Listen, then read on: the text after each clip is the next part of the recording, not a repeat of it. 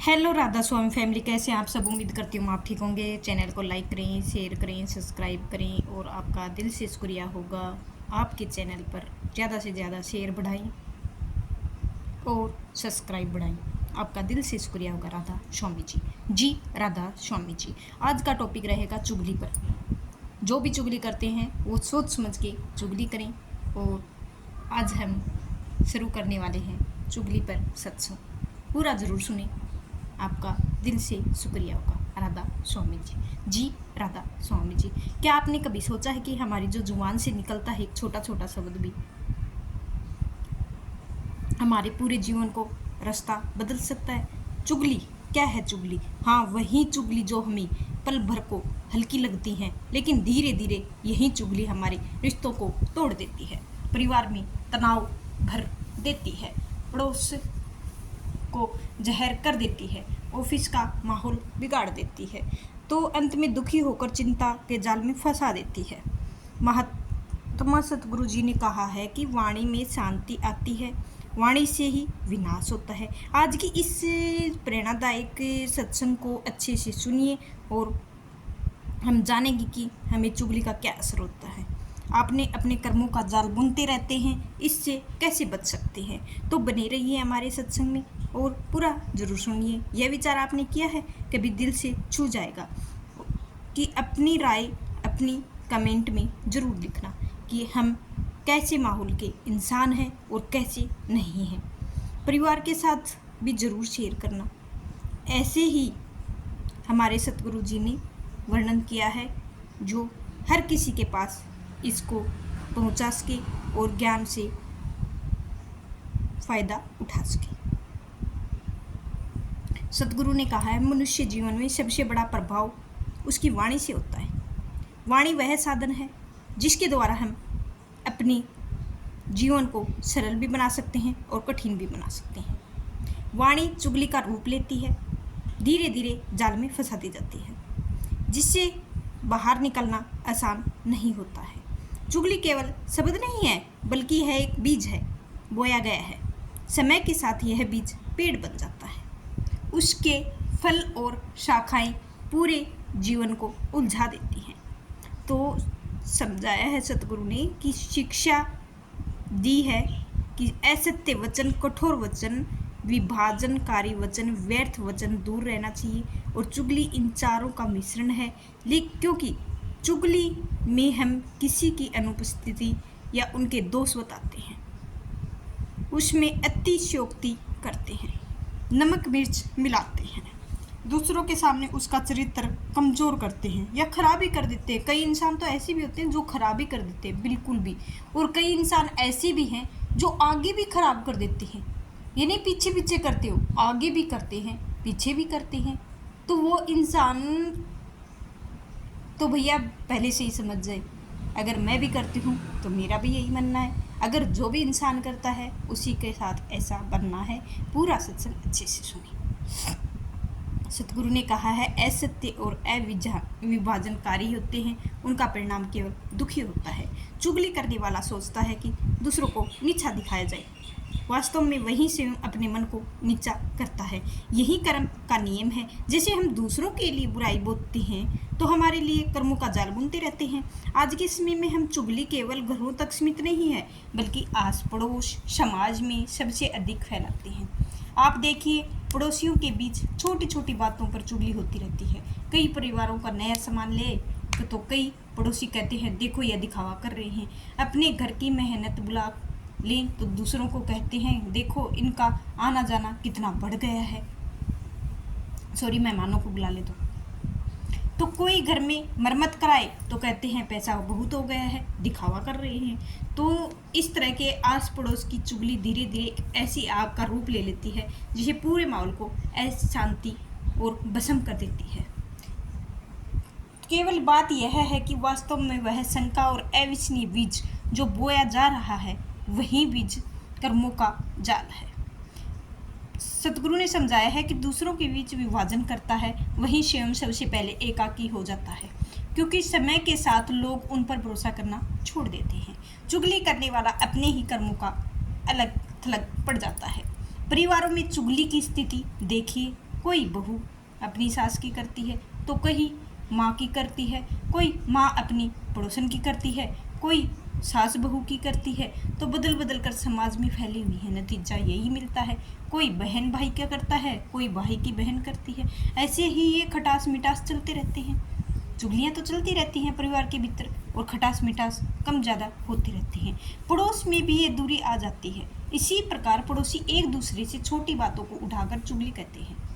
यह चुगली घर के वातावरण को दूषित कर देती है। जब परिवार और पड़ोसी का वातावरण ही शांत रहित हो जाएगा तो जीवन कैसे सुखी हो सकता है। तो चुगली करने वाला स्वयं को जलाता है, और क्योंकि उसके मन में द्वेष, ईर्ष्या, आग जलती रहती है, दिन रात चलती है। उसको चैन की नींद भी नहीं आती है, वो सो भी नहीं पाता है। दिन रात उसमें आग जलती है, सोचता रहता है कब क्या बोलूँ, कब क्या मैं बदला उतारूँ, कब क्या करूँ।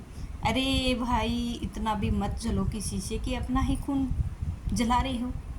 नहीं जलना है हमको, बिल्कुल भी नहीं जलना है। अरे हमें तो मस्त रहना है, ज़िंदगी को जीने आए हैं, खराब करने थोड़ी ना आए हैं। तो यह आग रहती रहती है। इसका परिणाम कर्मों के जाल के रूप में सामने आता है, क्योंकि व्यक्ति को चुगली करता है, अपने ही शब्दों से ऐसा जाल बुनता रहता है जिससे बाहर निकलना कठिन हो जाता है। और ऑफिसों का भी यही हाल है। कर्मचारी, प्रोफेसर या दूसरी चुगली अपने आस पड़ोस की चुगली करते रहते हैं। बॉस की चुगली करेंगे, कोई मेहनती कहते हैं तो कोई दिखावा कहते हैं, कोई किसी के छोटे वाले की चुगली करेगा, कोई बड़े वाले की करेगा। चुगलियाँ तो होती रहती हैं। घर लगा लो, आस पड़ोस लगा दो, या फिर ऑफिस लगा दो, हर जगह चुगलियाँ होती रहती हैं। कोई थोड़ी गलती करे, कोई बड़ा चढ़ाकर प्रबंध पहुंचा देते हैं। इसी तरह चुगली का सिलसिला चलकर माहौल को जहरीला बना देता है। चुगली केवल एक व्यक्ति को नहीं प्रभावित करती, बल्कि पूरे समूह के बीच विश्वास को नष्ट कर देती है। यह नाश एक कर्म का बंधन है जो उस व्यक्ति को आगे चलकर तनाव, दुख, अकेलापन की ओर धकेल देता है। तो सत्य है, हितकारी है, ना ही बोलना ही श्रेयकारी है, क्योंकि असत्य और चुगली के बीच बहुत हमारे चित्त और अस्थिर रहता है। चित्त को अस्थिर होता है तो हमारे दुख का घर बन जाता है। स्कूल, कॉलेज, बच्चे चुगली के कारण मित्रता खो बैठते हैं। एक बच्चा दूसरे बच्चे को कहता है कि तुम्हारे दोस्त तुम्हारी बुराई की, जब वास्तव में कुछ हुआ ही नहीं होगा। यही चुगली धीरे धीरे मित्रता को तोड़ देती है। बच्चे पढ़ाई की बजाय आपस में झगड़े में उलझ जाते हैं। यही कर्म का जाल होता रहता है। छोटे छोटे शब्दों बड़े बड़े बंधनों को बना देते हैं। यह बंधन केवल चुगली करने वाले के लिए नहीं, बल्कि उसके पूरे वातावरण को नष्ट कर रहा है, दुखी कर रहा है, उसी का दुखी का कारण बन रहा है।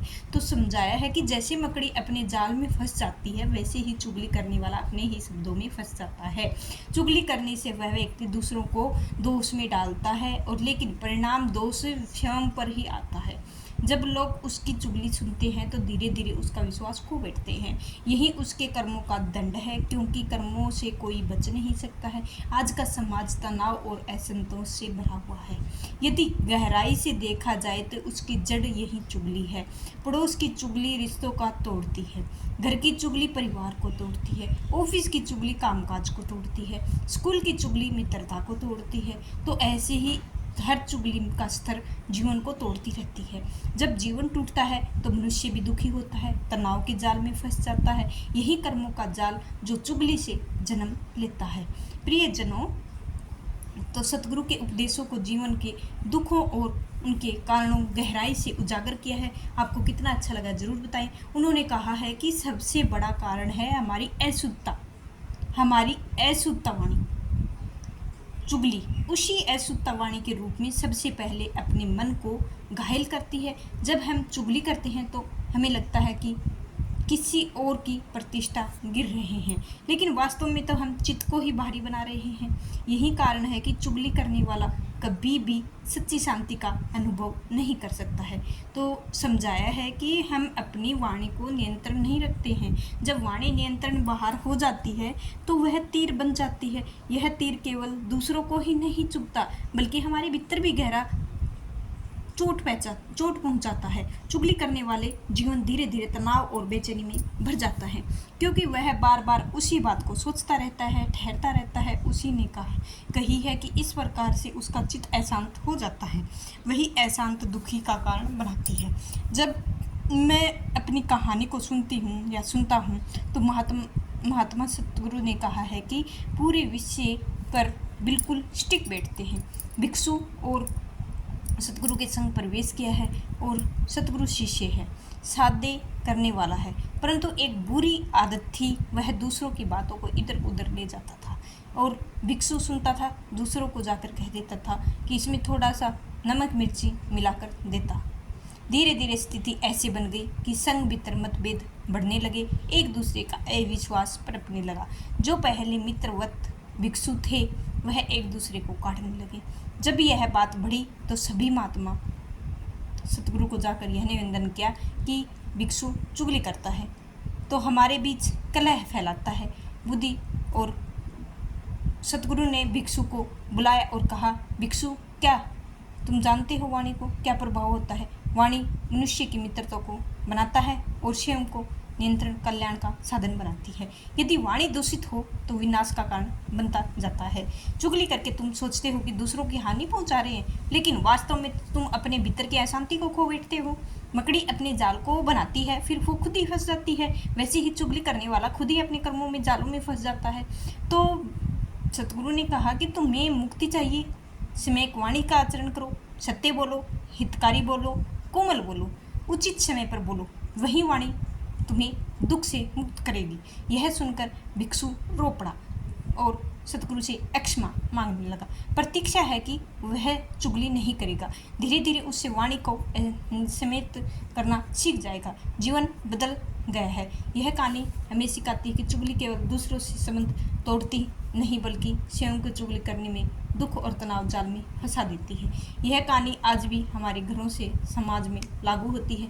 सोचिए, पड़ोसी एक दूसरे की चुगली करते हैं तो रिश्तों में कितनी दरार पड़ जाती है। जब ऑफिस में चुगली करते हैं तो काम का माहौल बिगड़ जाता है।